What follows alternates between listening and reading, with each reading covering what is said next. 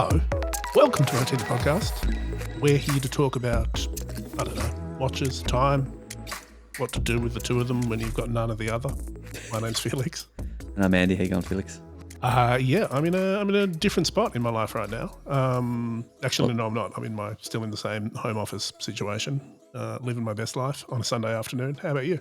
Is that a physical spot or a metaphorical spot? I think it's more of a headspace. Headspace? Yeah. Need to do some battle ropes or something, let it out. No, you know who did have a good headspace and who was talking about later in the chat about, sleeping easy like a baby every night because of their, life choices. Today's guest, Yasik. Yeah, Jacek from Tropical Watch. Watchand on Instagram. As Watchand. Did I get that right? What a guy, yeah. That this chat went a little bit philosophical, didn't it? I liked it. It started off pretty, not to get too analytical about these things, Andy. It started off pretty traditional, watch dealer chat. And then it went in all sorts of personal, meaningful places, and I was there for it. Got pretty wholesome. I learned, I like to think I know a bit about these guys and their work. And right off the bat, told us who his, cubicle mate 20 years ago was, which was pretty cool. We won't tell you who that is. His name rhymes with... Don't say it. Schmerich Fu? Make them listen.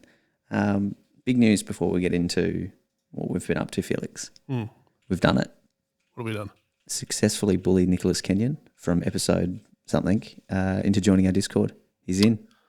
Yeah. Look, it only took us posting screenshots to him of us, shaming him for not being in there for him to finally get on. He probably would have had to download Discord and, sign up to Discord as well. So that's a fair commitment. It's pretty easy, and the link is going to be in the show notes if you're not in there. A little bit of shame goes a long way. We're not going to do that to anyone else listening. It's only because we know Nick in real life and we feel comfortable with his mental resilience to appreciate that, he knows we're not really being mean to him.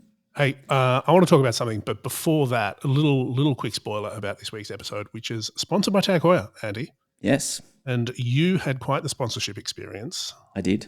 With things that are electric. Yeah, so to celebrate the launch of their new connected watch, the Porsche edition, Caliber E4, went for a bit of a drive in the Porsche Taycan. So we got to do a bit of a range review. We drove, I think, 3 models of, maybe 5 Taycans. So, but the top half of the range, so the 4S, the GTS, and the Turbo. So I want to talk to you about this in a second. I was just going to say check it out at tagheuer.com, but you just dived into the cars. I think you're. What's more exciting for you, actually? This is before we talk about the movie I've been watching and dying to talk about. Were you more excited about the watch or the car? Well, this week's episode is brought to you by Tag Heuer, so equal. Love it. Tag Heuer X Porsche, so that's okay. Good collab. I'm here for it. Nice. So I've watched a movie, Andy, and we were talking about it just before. You have not heard anything about this movie. Nothing. You're missing out. It's incredible. Where do you watch it? What's it called? It's a movie called Prey. It's on Disney in Australia, Hulu in the States, and it is a movie that is in the Predator franchise. Okay. And I believe this is the first one that was ranked higher than the original movie. So it's not a sequel or a prequel to Eat, Pray, Love? I mean, maybe there was an invisible hunter from another planet in the background of Eat, Pray, Love, duking it out with Arnie in the jungle. They might exist in the same universe. I don't know. So this is, if you're not familiar with Predator, he's a guy with, goes invisible and hunts things. Frequently he's sort of paired up against aliens. Naturally, yeah. And in the 80s, he fought Arnie in the jungle with his mates, Jesse the Body Ventura and Carl Weathers. And this time around, it's a different Predator and it's in a different time, but it's in America. It's in the late, I want to say, 18th century, and it's set in sort of the frontier lands with around Comanche Nation people, and it focuses on a young Comanche hunter played by an actress called Amber Midthunder. Cool. And it's really, really good. It's really taut. Like, it's quite a small cast, and it sort of pairs it back to the premise of, hunted, alien technology, human, fairly sort of non-technical hunting techniques, like Amber Midthunder has an axe and a dog. But it's really, really great. And it's also getting a lot of cred for its representation of, American Indigenous peoples, predominantly Indigenous cast and crew, Love that. produced by a Comanche woman. Very good. I'll have to check it out. Yeah. I too have been watching a film. What have you been watching, Matt? Well, it's got a pretty strong representation of vampires, Six. as does OT. We're talking about vampires every other week. Is Wesley Snipes in it? No. But Jamie Foxx is. Okay. Dave the Good Franco and Snoop Dogg. Dave the Good Franco. Snoop. I feel like Snoop's a bit of a star. He puts in some solid work. Snoop's incredible. Snoop's watch it just Snoop and Jamie Foxx, like you just like the after shoot dinners.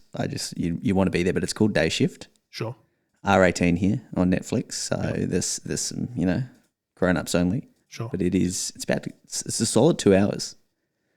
And it is your classic vampire, comedy, which vampires and zombies. I love anything with vampires and zombies. I'm probably going to watch it. Love it. Can't go wrong. I don't know how true this is, but I saw a video clip of young Snoop, talking about how he was barred from entering the UK, like when, I'm assuming the height of gangster rap era. Yeah, and the Queen let him in. The Queen let him in. Yeah. That's got nothing to do with what we were talking about, but I like that Her Majesty's got Snoop's back. Yeah, I think everyone does. Okay, so you asked me before what I did. Sure. With Tag Heuer. Obviously, we said this episode's proudly brought to you by Tag Heuer. So, drive day, got to drive 3 of the different Porsches. I wore the connected Porsche edition on my wrist. Yep. Super comfortable. And we drove down, co-pilot, I should mention, Josh Bosen, who we had on a couple of weeks ago. Great guy, great guest. Yep. Check it out if you haven't. So we got to spend about 17 hours in the car cruising around Victoria's countryside. Hours? Nah, it's probably like 5. Okay, that's much. Yep. Yeah, good amount of time though. So we drove down to the Yarra Valley where all the wineries here in Victoria famously are. Had a nice lunch. No alcohol, not allowed, Of course naturally. And then nipped back to the Porsche dealership. So, Felix, connected watch. We've spent a good amount of time with it. This one has some unique features to Porsche. Quick question. When was the last time you wore a Tag Heuer connected? A little while ago, yeah? Yeah, I think it was like 2018 maybe. I think that this is a new one, the E4. It's slimmer, isn't it? Yeah, slimmer, still 45 mils. Yep. But wears really well. And there's not much lugs. So it's a bit big, but it's not any bigger than I would have thought, like a typical smartwatch. And talk to me. So this is made in partnership with Porsche. Obviously, it makes a lot of sense. They've got a pretty top tier sort of pairing going on at the moment. Exactly. Electric cars, electric smartwatches, match made in heaven. What are the Porsche specific details you get on this watch compared to, say, your regular connected watch? Yep. So this one additionally connects to Porsches. So there's about half a dozen models that it's compatible with. Yep. And this is the more modern ranges, but Sure. not that modern. So the Panamera 911, 991.2, the Cayenne, Taycan, obviously Macan, and the 718, which is the Boxster or the Cayman. Yep. And what that means is you can kind of sync up to your car. If it's electric, you can get the car battery or the percentage of it left or whatever. Yeah, the percentage left. You can see your mileage. Yep. You can get your gas range as well. Yep. And it's also got a nice little temperature shortcut, which I think is probably pretty cool. So if you're sitting in a cafe or something and it's a cold day, Turn the you can heater just tap one of the sub dials and you can turn the aircon or the heater on in your car. in your car from your wrist. If you're waiting for the takeaway, you can go, ooh, I'm going to be cold when I get back in. Turn the heater on. Yeah, if you're in bed and it's freezing and you just want to put the heater on in the car and preheat the car for 10 minutes before you head off to work. That's incredible. So, and this is displayed and actionable from the obviously the digital subdials. So you don't have to go like 7 apps deep into the navigation. Exactly. So it's 4,000 Aussie. Solid. How does it look? Like, what do we like? Finishes, styles, straps, all that jazz. Yeah. So the strap is with it's a little bit of a rubbery texture. It's a rubber strap, but with blue stitching. I think there's options in the colours, but they've done the blue on the launch edition of this watch to sort of match a frozen blue Taycan, which is a nice kind of... It's a proprietary Tiffany-esque. Porsche paint. Tiffany-esque. I mean, yeah, Porsche famous for their colours. But there's like reds and greens and stuff. Obviously the interface is digital, so you can change the, display out to basically anything. But there's some You nice get blue some- touches on the bezel, the You get some pushes, the exclusive crown. dials with this as well, just so people know you've got the Porsche edition as well. Yeah, there'll be some exclusive dials. What else can I tell you about it? Sort of a black case, DLC-esque. Yep. Which is quite nice. I think it's titanium. Yeah, could be. Yeah, Yep. titanium glass. So it's super lightweight and cool. A whole bunch of sensors on the back, sits nicely. So just looks like a sporty watch. Did you find any use for it? Like, were you able to hook up your car with the different functionalities on the watch, or was that a bit tricky? No, on the day there was an approval error because this was such a recent release. So there was a little hiccup getting it connected to the exact car that I was driving, but I think it was more because we were changing cars. So we probably changed a dozen times. Yeah, so they didn't want me controlling someone else's car. Like you didn't have the same car for the whole day. So You could have been roasting other people, just like turn the temperature up. cooking them. Yeah. And how are the cars themselves? What were the Taycan is the fully electric Porsche, yeah? Yes, fully electric, very heavy, very quick. Legally quick. Yes. Yep. So there's the 4S GTS, the turbo. We didn't have a turbo S, unfortunately. So we had the mid-range 3. Yep. But insane. Like you're talking 0 to 100 kilometers in just over 3 seconds for some of them, and a whole bunch of weight, all-wheel drive. And, if you've ever driven an electric car, the tech that they put in it to kind of give you that comfort.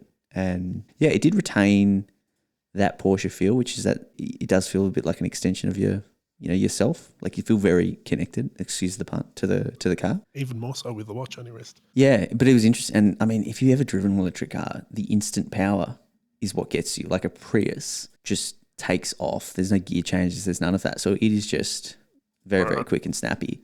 Yep. So yeah, it's an interesting proposition. I mean, they get up there in price. I think the turbo you can spec to pretty much $400,000 here. Oof. With a bit of a weight, but the regular Taycan's a little bit more entry level. And I think you bear in mind, if you are a Porsche enthusiast, this watch is for you. If you're a Porsche owner, $4,000 Aussie on a car that's 2, 3, 400 grand. It's not a huge accessory. I mean, it probably costs you more to change the brakes or definitely more the brakes, the interior. A custom paint on a Porsche is like $5 or $6,000. So it's not a terrible accessory to have. Yeah. I think it's cool. That's great, Andy. I think you're the perfect person for that job. I'm glad you got to hang out with Bosun. That sounds like a fun day, and the lovely team from Tag Heuer, I'm assuming, were along for the ride too. Yes, of course. And lovely day out. So, I mean, yeah, if you want to learn more about this watch that I get to wear, tagheuer.com. Yeah, we'll link that up in the show. We should probably also link up the Taycan. Yeah. In the notes as well. Go drive one. Probably time to get Yasik on. There's one more thing I want to talk about, Andy. One more thing. This isn't in the notes. You know who we need to talk about? Who? Our friends Artem Straps. Oh, of course. Yeah. Of course. I've got another hypothetical for you. We were talking, I'm moving house shortly. Yep. And I think he's one of those sort of niche, you got those, what watch am I going to take on holiday? What watch am I going to take, to work? What watch do I wear moving house? I don't know about the watch yet, but I know about the strap. What's that? Artem NATO. You know what? Yeah. I'm going to cut in here. I've just been watching the latest season of Brooklyn Nine-Nine. Okay. Captain Holt goes on a date. Yep. We'll spoil a little bit for you. And everyone. I've seen it, but sure. Oh, you've seen it? He goes on the date, and one of the reasons he didn't connect with the guy he was on a date with, because his watch was on a fabric strap, would have been a different outcome if it was an Artem NATO. 100%. He would have seen that silky smooth seatbelt, material, and he would have respected the quality. Mate, that's a much better story than my one about moving out. It's not going to fall off. Maybe if I was moving in with Captain Holt. Well, he'd be a great guy to live with. No, it'd be very stressful to live with. Anyway, check out Artem Straps, artemstraps.com, artem.straps on Instagram. Long-time supporters of the show. We like them and we like their products. So, happy to, spread the love. Happy to have him. Yasik. We should talk to Yasik. We should have asked him what vintage watch would look best on an Artem strap. Well. All right, Yasik, let's get him on. Today's guest is Jacek Kozubek, also known as Watchhand, and also known as the man behind Tropical Watch, who is a vintage watch dealer that Yasik himself describes as the first sip of a cocktail after you switch into your vacation clothes, which, Felix, that sounds pretty great. Welcome to OT, Yasik. Thank you, guys. Thanks for having me. And thanks for dealing with me, because I don't know, we're just starting to record, but I've been very late to this podcast. That's fine. Watch guys are always late. Then ironically, they're always super early or super late. We never have anyone just on time. Yeah. Fashionably late, Yasik. Go with fashionably late. Hey, speaking of fashion, Yasik, what's your favorite brand of Hawaiian shirt to start things off? Oh man, there's a someone asked about that. Let me find it in my phone. When I was in Hawaii last, we were staying at the Andaz in the Wailea, and my wife asked the staff because they were wearing Hawaiian shirts. I was like, "Where do you guys buy these?" And then they told her where they go to buy, like where the uniforms are from, Mm-hmm. and the store, and kind of like bought a few things, and actually they fit really well, and they're comfortable. So I've been wearing the stuff from them. I'm trying to look at my Staff phone. uniform. Say again? So you get the staff uniform plug. Kind of, I mean, it's an actual store that makes Hawaiian shirts, but they're comfortable and actually pretty great. I'm looking through my phone. I wish we could wear Like, Hawaiian shirts more often, Felix. well, I think like Hawaiian shirts are one of those things where you kind of have to wear them, and who cares what other people think. It's a state of mind. It totally is a state of mind, and that's why I love them. You know what I mean? Because it's just totally, for me.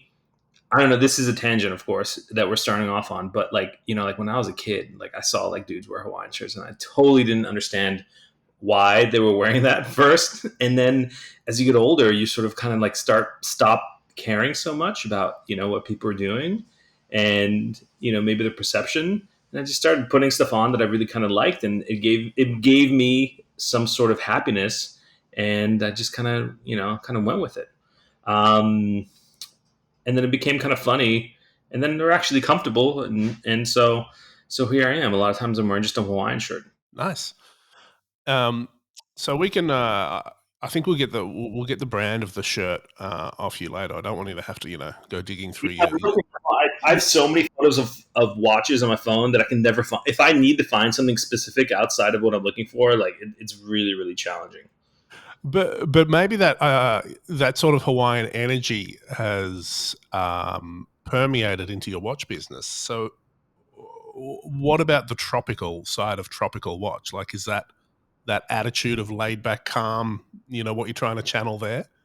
Yeah, well, I think that I've been doing. First of all, I've been doing this for a long time. I think I've been doing it since the mid 2000s. Right after college, I kind of joined a company, quit the day job, and started doing this, and sort of. So I've been doing this for a long time, but the philosophy of, especially the brand that I wanted to create with Tropical Watch was, there's a sort of ease and niceness and fun of doing business, and there's also the antithesis of that would be you feel uncomfortable. Like, I don't know if you guys deal with this in Australia, but like when you go into a Rolex boutique, you're immediately intensely judged, and like all the staff is kind of sort of unhappy that you're there, going to ask them if they have a white ceramic Daytona or something, and this of what a lot of the retail experience and a lot of the watch retail experience for me has always been, especially because I'm very laid back and I dress like I'm wearing a tank top right now. Like that always bothered me. And so the mindset behind Tropical Watches, I wanted to create sort of, and not just because using the island theme, but like kind of create a space that feels inviting, create a space that feels fun. And yes, the watches are serious. They're serious amounts of money, but the experience itself and the interaction between like purchasing of one of these things could be fun. And so Tropical Watch is a play on this sort of island aesthetic, and also it's also has a double meaning where I really like kind of like tropical watches, which are sort of the distressed dials that have turned brown. So it's kind of, for me, it was like a fun, like you come to like, what's the new company going to be named? And you come to thematic ideas of what makes it exciting and interesting. And I came up with that. So I love it. I think it's an interesting contrast, as some of you sort of mentioned before we hit record, was that you're sort of running around. You kind of really have to be laser focused because it is a high stakes game. You're talking watches that tens of thousands, hundreds of thousands, right?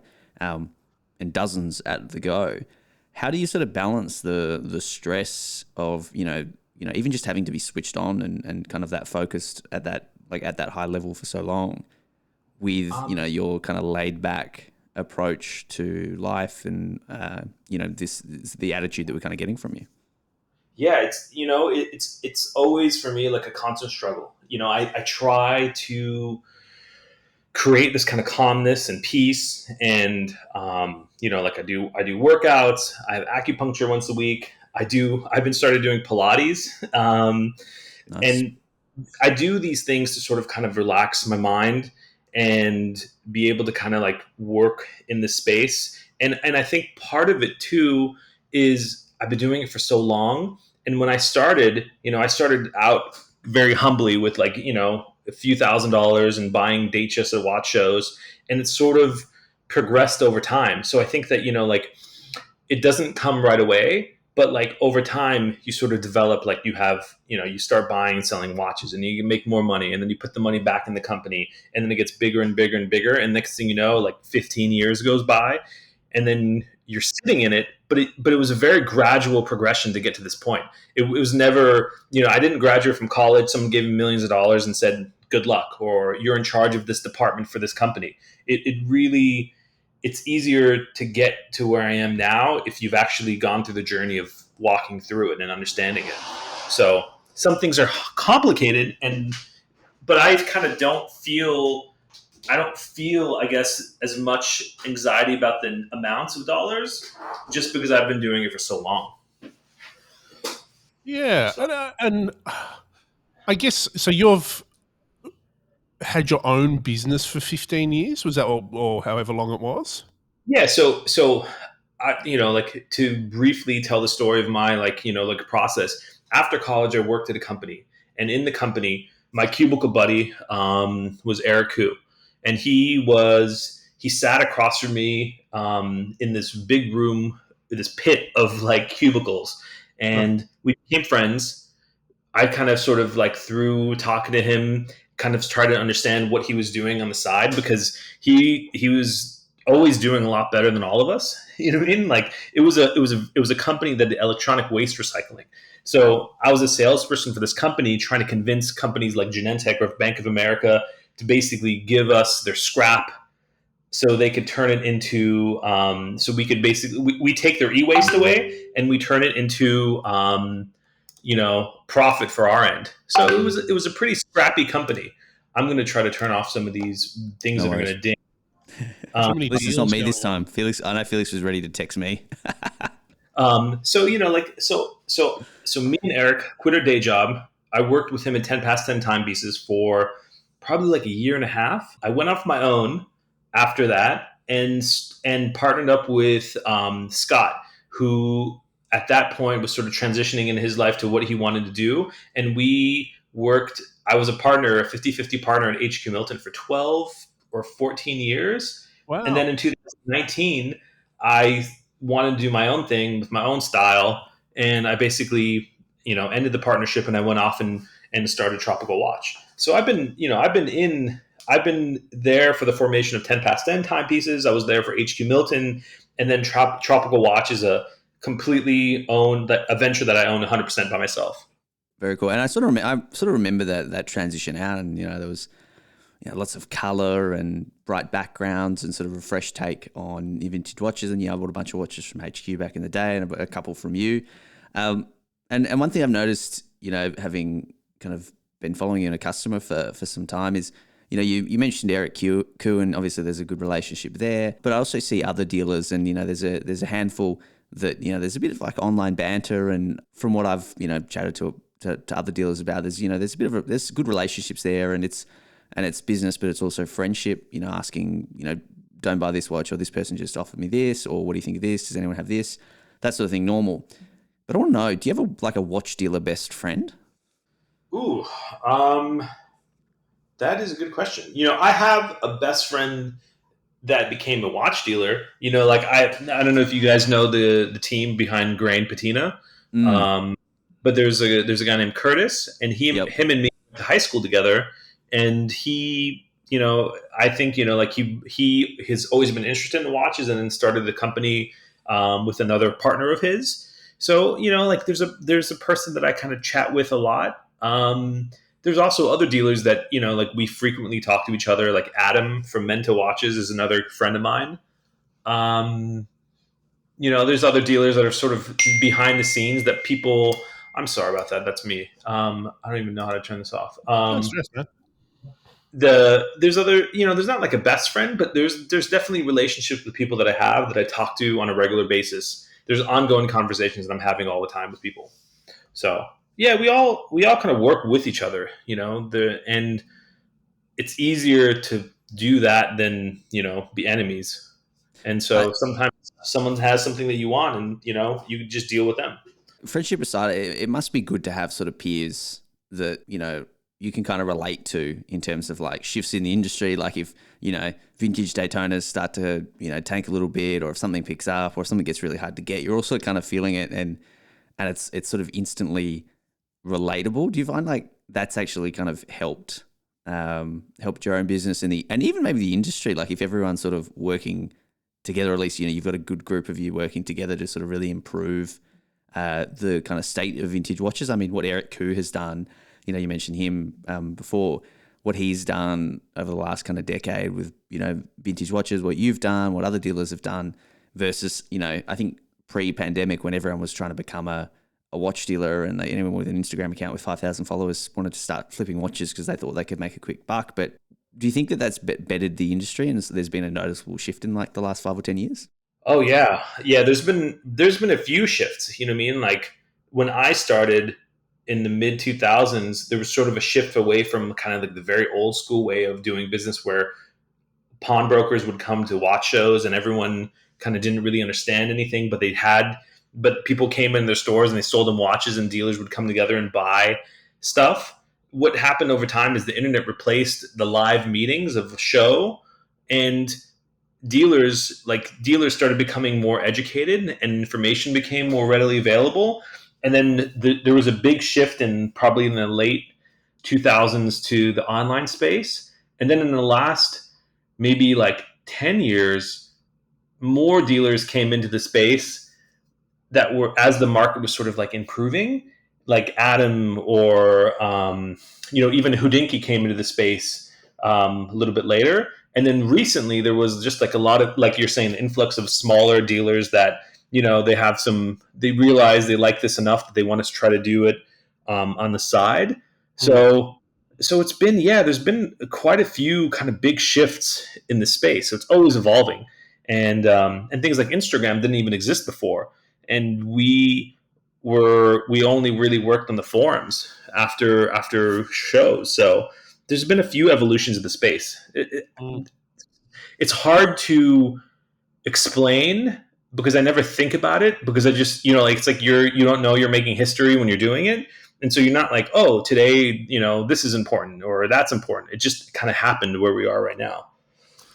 Speaking of evolutions of the space, and I absolutely, that chart and progression of secondhand watch dealing, I guess, is fascinating. There's been a pretty big move in the last 24 hours at the time of recording when we got a press release saying that Watchbox, probably one of the biggest, businesses in the sector, has hired Jack Forster, formerly of Hodinkee, as to be their head of editorial. Have you heard that news? No, and really sometimes I don't really even have time to kind of pay attention to what's happening live. And the newer generation of kind of like Watchbox, like they're sort of conglomerates like Hodinkee, Watchbox, all these kind of big companies are sort of just kind of recently coming into the space. And I don't know how to explain it. Like it's interesting, but usually, like if I compete toe to toe with those companies, I could always win because I don't have as big of a margin that I have to make to cover the tremendous overhead of having like Jack Forster or CEOs or corporate offices. So it's a very interesting kind of like time right now, because if you were a consumer and you realized you had a watch you wanted to sell, if you sent your watch photos to me, to Watchbox, to Hodinkee, I think realistically my price would be higher than those people on my offer. And if you look at what I'm selling, my price on my sell side is going to be lower what those people are asking for. So like all the newer kind of big players in the space are big, but they're not as competitive, and they don't have sort of that personal touch that, like if you're sending an email to me, to the company, to Tropical Watch, I'm responding to everything. And so you lose that sort of like kind of like I don't know, that like touch of a person that is a real expert behind the scenes, like guiding you through this whole thing. So I think those things are cool. Like it's great that big companies are coming into space, but for me, I don't really feel like it's competition in the sense that I'm worried about it or it changes my life in any kind of way. Yeah, I think it's interesting, and I think there's an interesting discussion around the content play. Obviously, Watchbox has done a lot of content. Multi-billion-dollar company at this point, huge inventory worldwide. It's a completely different comparison. But what you guys do have in common is, I think you both recognise the importance of content, and that's demonstrated by them grabbing, one of arguably the best watch writers in the world. But we did notice on your Instagram that there's a bit of a cryptic trailer that you posted. Looks like you're coming up with some video content. Can you tell us what's going on there? Yeah, absolutely. So that's a trailer to sort of a video that that we are making. That's just basically kind of like, I think the problem with what I do is I'm so busy buying and selling watches that I don't really have a lot of time to kind of do things like what I'm doing with you guys. And so I'm trying to create content through video, through editorial stuff to kind of show sort of like the behind the scenes of what happens, like on my company, but also just sort of so people kind of personally understand who I am a little bit better. And when they want to, like if someone's going to send a wire to someone, they want to feel comfortable. They want to kind of understand who the person is, see their photo, maybe see a video or talk with them. So it's all exactly like you said, it's a play or it's a strategy to create sort of like this comfort in the space. So I'm trying to do more of that. So, and hopefully I will create more kind of content and videos and stuff like that. But it is super challenging because I also pack packages and open packages and buy all the watches and write all the emails. There's really, really little space to kind of do that kind of stuff. Yeah, right. So should we stay tuned to, will it be on YouTube or on the gram or on your site? Where can we sort of direct people to see? I think I'm going to try to host it on my website, but I'll probably put it on YouTube and, on Instagram as well. Just, I think there's no one platform anymore that you could just like list stuff on. So it's just shotgun through the whole internet and hopefully people see it in whatever way they look for videos or any kind of content. Yeah, absolutely. Hey, we've been talking a bit about, sort of your history in watches and the business side of it. We should probably chat a little bit about, watches themselves. And I was sort of thinking in the lead up to this, maybe it was the subtle influence of Hawaiian shirts and your general vibe. I've got a contentious relationship. Well, it's not a contentious relationship with Rolex. I've wanted lots of Rolexes in the past. I've never got them because, I was, young or, prices suddenly spiraled out of my budget. But there's one particular model that I've always had a really soft spot for, and it's fascinating to see where it's gone. And I want you to explain what it is and why it's cool. I'm talking about the Domino's Rolex. Yeah, I've definitely do have a long relationship with those just because I've sold so many. I've sold so many that I didn't even, when no one even wanted them, which is kind of, there was a time where you would go back in the mid 2000s to watch shows and there was people selling the loose dials with the Domino's pizza logo on them. And the reason is people would get the Domino's watch and then they'd put in a factory dial from that period that didn't have the logo and they'd sell the dial loosely as sort of like a throwaway. So it's there's been quite the dramatic shift in sort of like popularity in that space. Yeah, like I remember them. I was like, oh, I might want a Rolex. I might afford it. And it's one of the cheapest ones at the time were the Domino's ones. Yeah, and realistically, from the commercial side of you selling them, no one cared.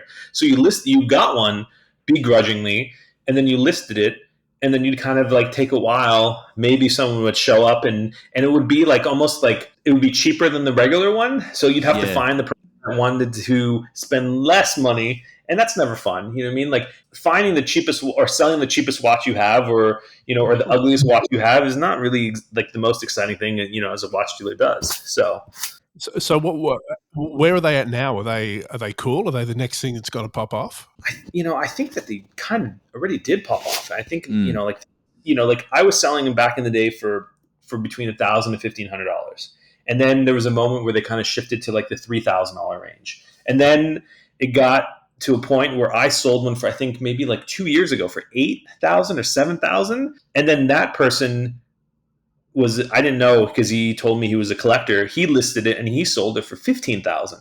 And so he doubled up the money, and I wasn't even paying attention to the sort of the spike in popularity. But apparently, it happened where I wasn't paying attention. But there was a moment. There's a moment where I was meeting a person I was selling them one of those watches, and I told him like, "What do you like? Why do you want one of these?" And his response was like, "I fucking love pizza." so, Hey. so that kind of explains the Domino's watch to me. It's like it's about, again, like this whole like just silly wacky thing. The weirder it becomes, people have sort of gravitated to the outliers, and that's what makes it kind of special. So Yeah, I love it. He loves pizza. In the vein of I guess foods, you do new and vintage, so modern vintage stuff. And we talk about that in a sec. But what I am curious about is, when, especially with like new releases and modern stuff, Rolex announced a watch at the start of the year. It starts delivering 2 or 3 months later.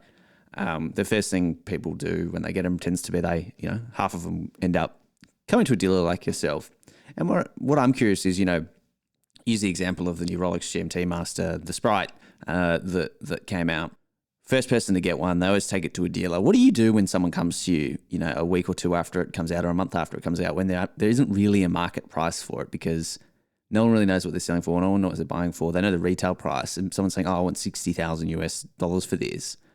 How do you handle it? Because obviously it's a desirable model, but how do you kind of hedge that risk if we go back to the high stakes nature of it all? yeah, well, I think the easy thing for me to do if it's the first one or no one really kind of understands. Again, dealers talk to each other. I talk to some people and I'm like, what do you think these are going for, et cetera, et cetera. And I think what happens is if the person has a really high expectation beyond sort of what's reality, an easy way to kind of hedge your bets on that is like, hey, look, I can net you, let's say a number, $35,000, and I sell it for 38,000, but I don't want to buy it from you, but I'll take it on consignment to test out the waters. So I could always do that, which isn't, it's not a very sexy answer, but realistically, who knows? Sometimes I've lost money on new releases because I'm anticipating them going for higher, and they go and you list one, and there's not really that much excitement behind it. So it's like one of those things where it's hard to price. I recently bought one of those. I think I paid in the low 20s and I sold it for the mid 20s. And other dealers were like, "Oh, you could have sold it for a lot more. It's worth like 30 or 35." I'm like, "Well, I made some money on it. I didn't really kind of string it out to like maybe the maximum potential." But then again, the new release game, and there's a lot of people that are in that space, and it's not really my focus. My focus is more sort of on the vintage side, and then the 5 digits from like the 2000s and 90s. So the new things that come to me, are trade-ins or people that want me to sell them for them because they're trying to make money off the retail price. But strictly, that isn't really my focus. So I don't really have to kind of go deep into like the resale modern game. No, that's fair. So on the kind of the 5-digit reference on the vintage stuff, one thing I do like about your website is the nice skew of products you have. You're not afraid to put a diamond or a gem set piece up. You're not afraid to put a two-tone piece up or even a tritone piece up. And Rolex, AP, Patek, varying. It all seems quite high condition. With varying levels of patina. What do you love? Like, what do you actually love to buy when it comes to vintage watches? And you ever found yourself sort of like buying something and going, I love this too much, I actually don't want to sell it? Oh man, I go, like to do this intensely, I think all of us have to be passionate enough that you could do it for like an extended period amount of time each day. So I definitely, I don't maybe fall in love as much as like a collector does, but I definitely have moments where I'm like, man, this watch is so good. I would like to keep it. But that's balanced out with but I also have to buy this other package of watches that's coming in next week, or I owe someone for something that they shipped to me. And so, like my connection as I go through time to watches is sadly becoming a lot more distant. It's sometimes exciting, but a lot of times it's just really about like the commodity of doing, going through the motions of like buying a watch, receiving it, judging the condition, listing it, and selling it, and then making sure the customer is happy. So the focus isn't so much always on the watches, but it's the process of being a dealer. Um, but there are things that I would love to keep, and then there's collections that I've built up over the years, and then sold all of them, as things came up in my life that were more important. So I don't know. I think the answer is, like for me, I really like finding. I think condition matters the most to me, and I really like finding something exciting that's nicer than I was expecting it to be, without and not always like the most expensive model, but like the best version of it. So I think that that happens, but not as often as I'd like to. Yeah, sure, and that's a perfect time to ask what I always find it fascinating. There's often really some sexy stories about vintage watch buying. Like the classic one I think for a lot of people is the guy that found that Le Couture or JLC Deep Sea in the thrift shop, sold it to Eric Koo. That was a great story. There's other things that whenever I speak to someone that deals watches, there's always watches that they remember that might not have the greatest stories, but they're like, this is one that sort of always stuck with me. So are there any sort of great stories, or just watches that stick in your head far longer than they should have? Yeah, absolutely. So there's definitely been scenarios there. When I was younger, I would travel a lot more to look at watches. To if something came up on eBay, or if something came up in like in a place that, even if it wasn't close, that I would just fly there to look at the watch. But over time, what happened was, as a few dealers like me became more popular, like HQ Milton became more popular, things would sort of come to us. So some of the exciting stories that I've had, like there was an article written in the Chronicle, which is the local newspaper in San Francisco, and this article is talking about vintage watch dealer, or us as a vintage watch dealer, and specializing in this kind of older stuff. And through that article, there was people that would come in like years later, like older couples with, like they saved the article and they weren't really ready to sell the watch then, but would come with like the most fascinating, amazing things. One of those stories was someone came to us with a vintage 5512, like a gilt dial from the 60s. It was a 1960 watch, and the condition of the crystal was so bad you couldn't really tell what it was. And they, like they had a price in mind that they, like it was high, but we're like, fine, like hopefully this is like something that's going to be great. And we bought it. And then when we were replacing the crystal, we realized it was an underline dial, which is sort of like this rare variation where the underline makes it a lot more valuable because it's a lot more rare. And, like there's things like that happened. There were also instances where the best watches that I've ever bought, I bought in Japan, sort of in like the late 2000s, when there weren't that many foreigners coming to the country and buying stuff. There was a lot more smaller shops all over Japan.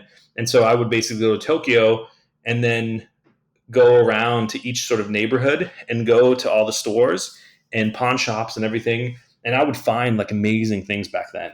And in hindsight, all that stuff, if I kept it, would have been tremendously more valuable. But before, like you could buy like a gold Daytona, Zenith Daytona with papers for like $12,000. And I would buy like unpolished, like box and papers, Zenith Daytonas. And the only problem with that, it was like, even if, when I brought them home, you could only sell them for like 13,500 or 14,000. And those watches now would be like $60,000, $70,000. But then there wasn't like this kind of veracity in like buying online yet. So like all the stuff that kind of goes through your hands as a dealer sometimes isn't as exciting, because you don't hold it to like, you don't hold it as far as long as you should ever, because there's always going to be another moment that you need to sell the watch to buy the next watch.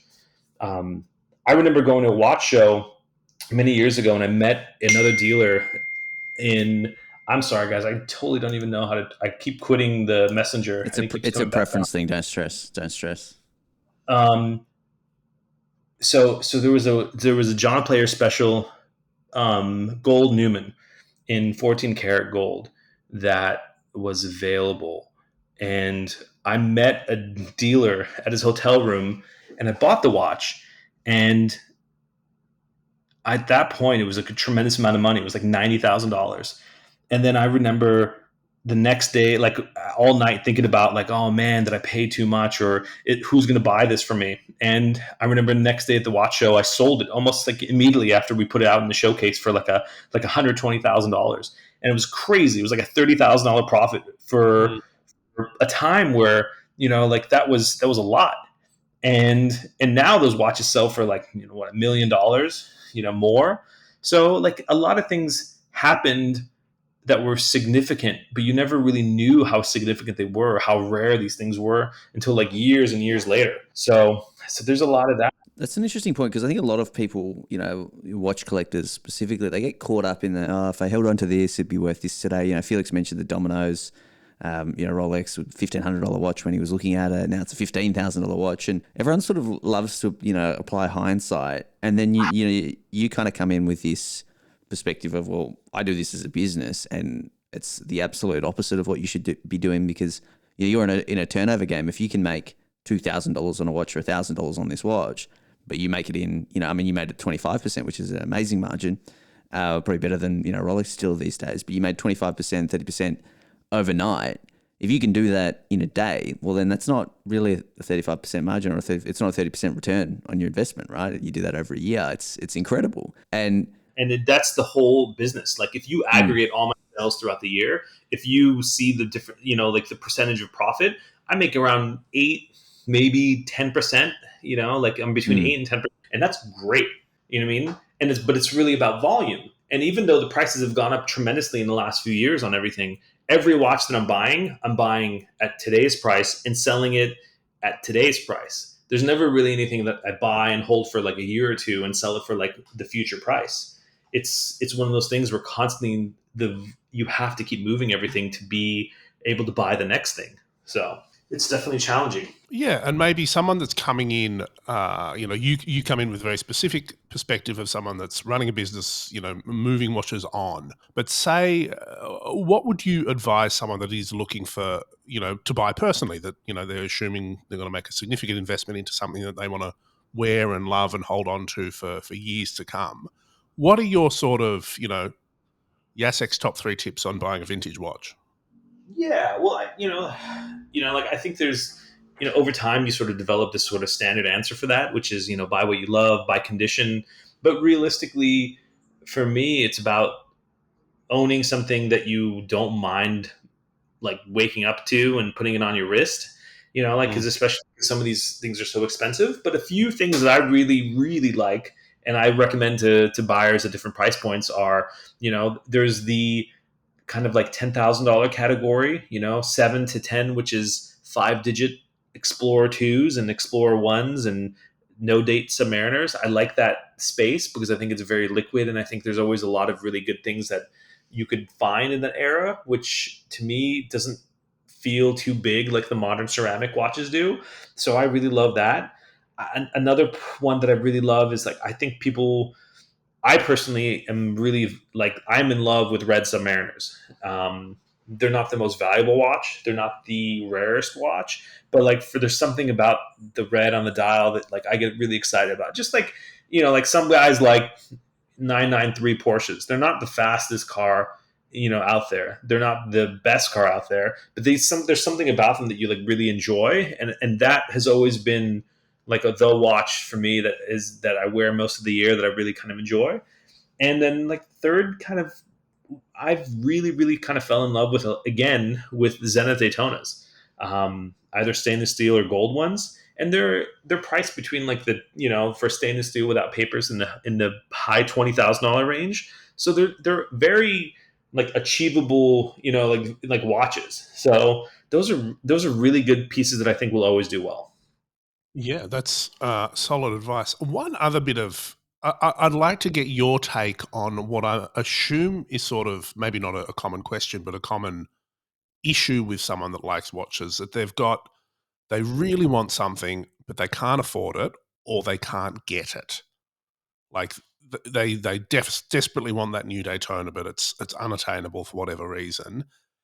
What do you say to someone like that has their heart set on something that's really, bigger than their stomach? Well, I think that, I don't want to get too philosophical, but I think a lot of times, sort of the lusting and the journey to try to find something is really a lot more exciting than actually getting it. Um, a lot of collectors are really, even if especially if they have some money, they are looking for things that are very specific, and maybe they make those things so specific that they're very hard to find to feel this delayed gratification. But what happens is, when you're satisfied, a lot of times when the collectors that have a few watches get the thing that they were trying to get, there's a level of enjoyment that you get, and the more you do it and the harder it becomes to get that level, the less exciting it is. So for example, there's people out there that, like, really, I think the joy that you get from buying your first, maybe, like, watch in like the $5,000 to $10,000 range, you'll never feel that about anything else that you'll get in the future. You'll buy a Daytona maybe one day, but you'll never feel as excited as you did when you bought, like, your first, Omega Speedmaster or Seamaster or Explorer One, because the level of achievement to get to that, it takes a lot longer to gain enough money and experience in life and figure the shit out to buy something like that. And as time goes by, you sort of become, a miserable piece of shit. So Is that what people are chasing? A watch collector's just chasing that nostalgia feeling of buying their first nice watch? totally, I think so. The fucked up thing is, like, a lot of the collectors that I deal with, like, there's a person that I did a deal with today. Literally, I think he was looking for something, he got it, and then I was like, do you? And it was like, does the feeling went away? He's like, yeah, it's gone now. I got it, and now, like, I want the next thing. So, Fuck. fortunately, you know, there's always this kind of, like, it's not about the watches, it's about, like, just kind of finding peace and happiness in what you have. You know what I mean? And so if you're a guy that's chasing a Daytona at retail, like a ceramic Daytona, it's a watch that everyone knows about. You know what I mean? You're probably not going to get it at retail, because no one is going to gift you $10,000 to $20,000 unless you've spent a lot of money with them. You mean the new guy on the list is never going to get that watch, because each store, and I know the owners of those stores, hold out those watches and they'll give them to their best customer, because it's basically like a little thank you love letter back to them, saying thanks for spending hundreds of thousands of dollars on other shit that never went up in value. You could have this one thing that is going to go up in value. So if you are trying to find that, you won't find it at retail. And then when you pay for it over retail, I think you'll get excited. But if you kept doing that kind of, like, thing over and over, like, the excitement becomes less and less exciting, or the complexity of what you're looking for becomes much more complicated. Um, so I don't know. That's I deal with that with people all the time.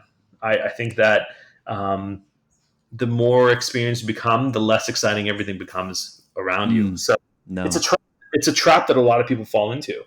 So Follow up question to that: Does buying a cool watch make you cool? no, absolutely not.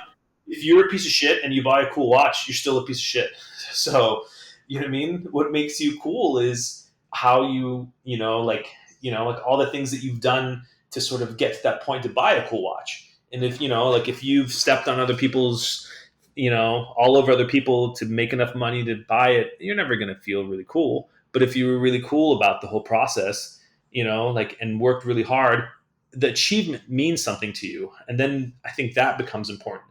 So, and also too, along that way, some of the best watches that I've bought, the best feeling I've received with them is I've given them other people. Like, like when I've gifted my brother a watch. To me, that felt so much more exciting and so much more meaningful than ever buying a watch for myself. Like, things like that become, like, a lot more fun and exciting for me. I love it. Okay, my last serious watch question before Felix asks you on some recommendations. One thing I've noticed with your site, and I'm one of those guys. I get sent, every time you do your weekly or your bi-weekly Instagram post with all your new listings. One of those guys that immediately goes through and has a look what you got going on. And one thing I always see, and I love seeing, is the Rolex Day-Date Tridor.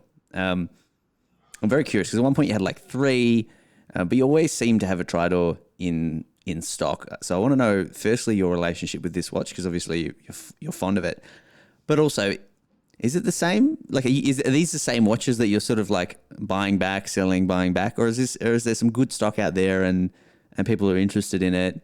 Because I'm curious. I look at that watch and go, it's 20 grand, 25 grand, whatever. They're going up like quite a bit. It's pretty cool, but you don't get stuck with it. You could buy them for like the range of like 15 to like, I have one that's like the rare version at the moment with the Rolex on the bezel, gold, diamond bezel. But realistically, for me, this is the long answer is it's so ugly that it's cool again. I mean, like a whole shirt, it comes full circle for being garish and nonsensical to you sort of like in your mind start kind of appreciating it for its like weirdness. And also, a lot of people don't know, because to make the Tridor bracelet, they were one of the first kind of real solid, very heavy Rolex watches, because everything gold or white gold at that time had hollow bracelets. But to make the Tridor band, they had the center links were solid, so they feel a lot heavier than anything from that era. And if you sort of like start enjoying and playing with like colors and start, and especially as a dealer, when you see the same thing over and over, everything a little bit weirder and a little bit wackier, like the dominoes, starts becoming more appealing, because the basic watch that you see all the time, it just becomes like another, like the same thing. So I fucking love them. When I look at them, they make me really happy, because I think that there was some dude at some meeting at Rolex, and he's like, why don't we combine white gold, rose gold, and white gold in a alternating kind of pattern on the center links of the dial? And then they sat, and like some really serious Swiss people sat around, and they're like, that's a good idea. And that makes me really, really happy, because there was some guy who was just not taking himself as seriously as maybe his other counterparts. And that's what slipped through the cracks. Yeah. And it just looks like a watch that if they could go back in time and erase it from their history, like I'm surprised they don't just buy them all to kind of, erase that part of their history, because it's just so bizarre. But I agree. I love it. Well, they had them with, did they do like old princes in 3 metals as well? Like the Tiger one? I've seen that before, like the very, very early kind of version. So there was this kind of play in metal for a long time. Even the Trinity band from Cartier with like the 3 colors is one of their oldest designs. I think maybe there was a bygone era that we aren't in touch with, when that was like a cool thing.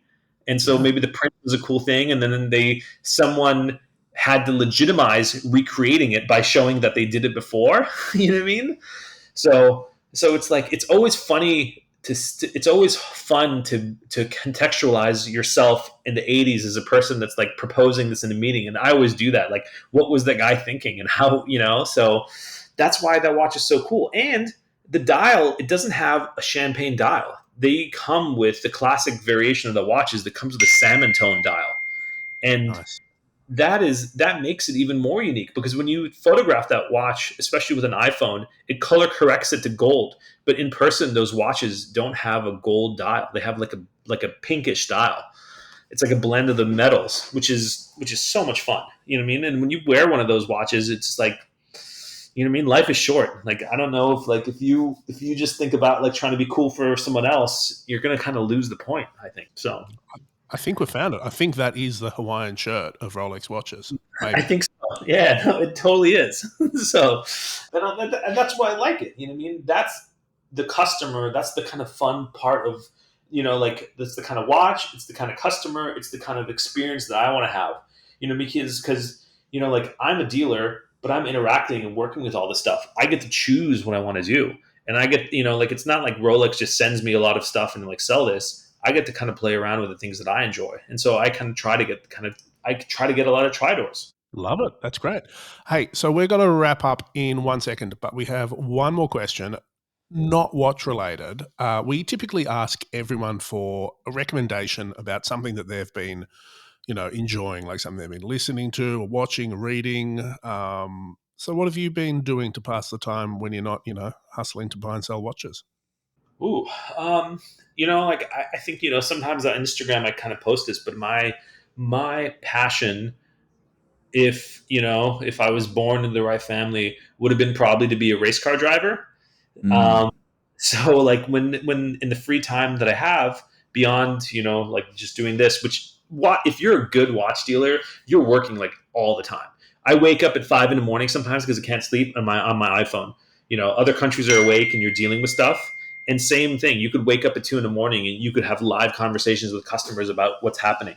So it's a very all encompassing kind of profession. But in the time that I love like driving. I don't really like watching. Like people are like, "Oh, do you watch F1?" I don't watch F1. I don't watch other people do things. Even if I suck at it, I want to try it myself. So for me, like I've been going to racetracks for a long, long period of time, and I used to also kind of play around with the racing carts when I was in college. But it's always been restricted to budget. And so now that I have enough disposable income that I could take a track car to the track, my zen moment is driving as fast as I can on a track. I can't hurt anyone. I'm in a space where the only thing I could think about in that specific moment is where I am, what I'm doing, because you can't drift away in your mind to thinking about watches or did the FedEx package get shipped out, and that's my happy place. That is the place where all I think about is what I'm doing, and it's hard for me to focus like that. So that's what I love to do. Love it. Vintage watch lessons, life lessons. We got philosophical. Fashion lessons. Yeah, I love it. Thank you so much for joining us, Yasik. It was awesome to chat, and we'll make sure we link up the website and everything you've talked about. Thank you guys, and I appreciate it. I don't really listen to a lot of podcasts, but it was a pleasure to be on yours. So I love like it's not just about watches; it's a lot of other stuff like you guys could see now. So Absolutely. Love it. Felix, Yes. Yasik, what a guy. Yeah. What a watch dealer. Oh, great. Just a really pleasant chat. Really interesting guy to talk to. Makes me want to wear more Hawaiian shirts. Yeah, no, I've resisted messaging him asking for the name, but we'll get it for the show notes. If you want to support our sponsors, which today are Heuer and Artem Straps. If you want to learn more, head to the show notes, join our Discord. Felix, where can people find us on social? ot.podcast. They can also email us, for their tech and reviews, otpodcast@gmail.com. Also, if you're Nick Kenyon, you can just, let's up a message or now on Discord. Yeah, and especially make note of our email address if you want to invite us to drive, supercars and wear very nice watches. Sure. Between the two of us, we've got those things covered. Yeah, we can do it. We'll see you all next week. Cheers.